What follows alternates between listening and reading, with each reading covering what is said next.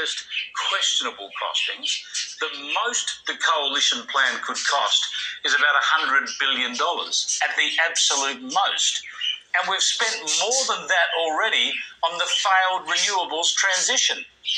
Second, reactors last at least 75 years, probably 100 years. So whatever they cost should be divided by about 3 when you compare it to renewable infrastructure, because that needs to be replaced at least every 25. Now, reactors last longer, not because nuclear waste goes for a long time. It makes a lot of nuclear waste as well, why it's lasting. So another future problem. It lasts longer, everybody, because they make them with the proper materials. That's why they're expensive, right?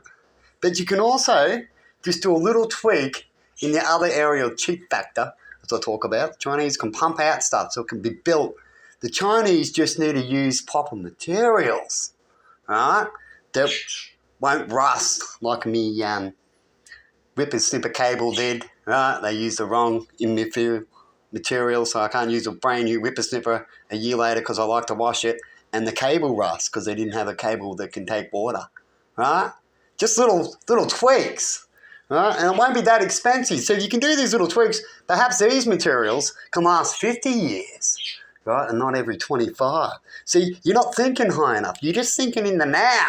You're thinking of what you got and that, but you're not thinking about, hang on, we can fix that problem over there. You're just thinking of what they've got and not extra.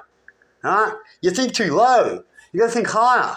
Then after you've done all that thinking and going, okay, if we change this and this, because it's the proper way we should head, so it's worth looking at. If we change this and this and this and get this area right and this, now I've got this last 50 years or 100 years, what do you reckon now? You know what I mean?